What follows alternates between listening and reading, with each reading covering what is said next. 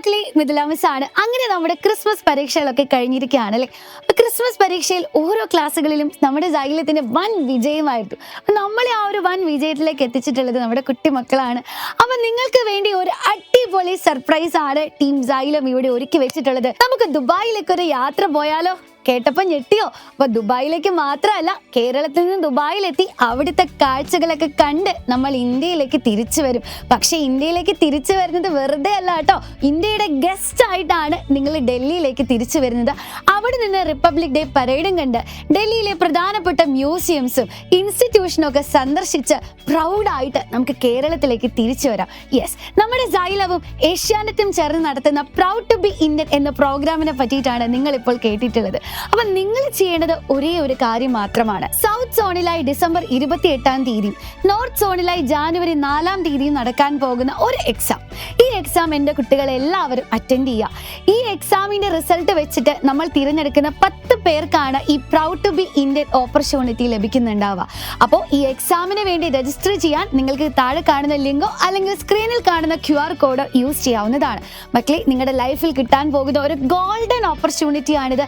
എൻ്റെ കുട്ടികൾ ആരും ഇത് മിസ് ചെയ്യരുത്. അത് മാത്രമല്ല, ഈ ഒരു പരീക്ഷയുടെ അടിസ്ഥാനത്തിൽ നമ്മൾ കേരളത്തിലെ 14 ജില്ലകളിൽ നിന്നും ഏറ്റവും മികച്ച സ്കൂളിനെ തിരഞ്ഞെടുക്കാൻ പോവുകയാണ്.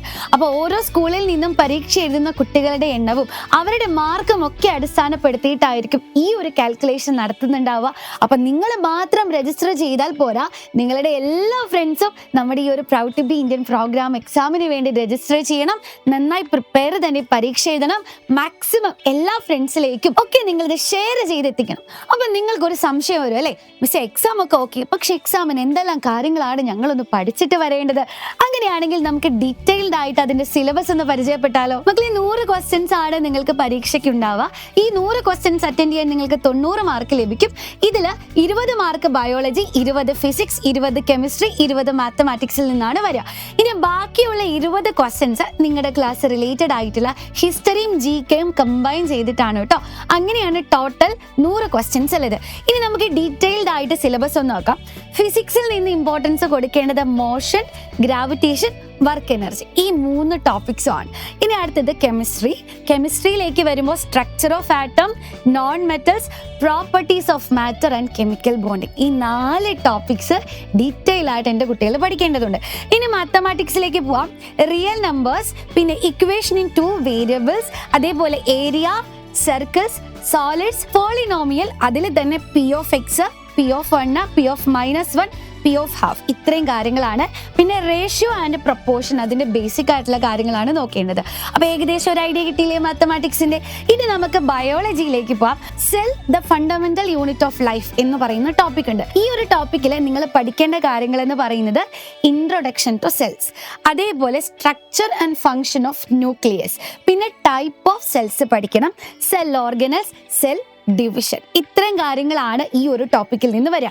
ഇനി സെൽ ക്ലസ്റ്റേഴ്സ് എന്ന് പറയുന്ന ഒരു ജനറൽ ടോപ്പിക്, ഇതിൽ നിങ്ങൾ ഇമ്പോർട്ടൻസ് കൊടുക്കേണ്ടത് introduction to tissues, plant tissues, animal tissues, organisations in an organism, ഇത്രയുമാണ് നമ്മുടെ 9ാം ക്ലാസ്സിന്റെ സിലബസ് എന്ന് പറയുന്നത്. സിലബസ് ഒന്നും കണ്ട് എൻ്റെ കുട്ടികൾ ആരും പേടിക്കേണ്ടതില്ല. കാരണം ഓൾറെഡി നിങ്ങളുടെ ടെക്സ്റ്റ് ബുക്കിലുള്ള ടോപ്പിക്സ് തന്നെയാണ് നമ്മൾ ഈ ഒരു എക്സാമിന് ചോദിക്കുന്നുണ്ടാവുക.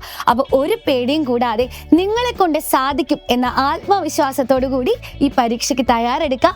അതിനു മുമ്പേ നിങ്ങൾ രജിസ്റ്റർ ചെയ്യാൻ വിട്ടുപോയിട്ടുണ്ടെങ്കിൽ തീർച്ചയായിട്ടും നമ്മുടെ എക്സാമിന് വേണ്ടി രജിസ്റ്റർ ചെയ്യണം.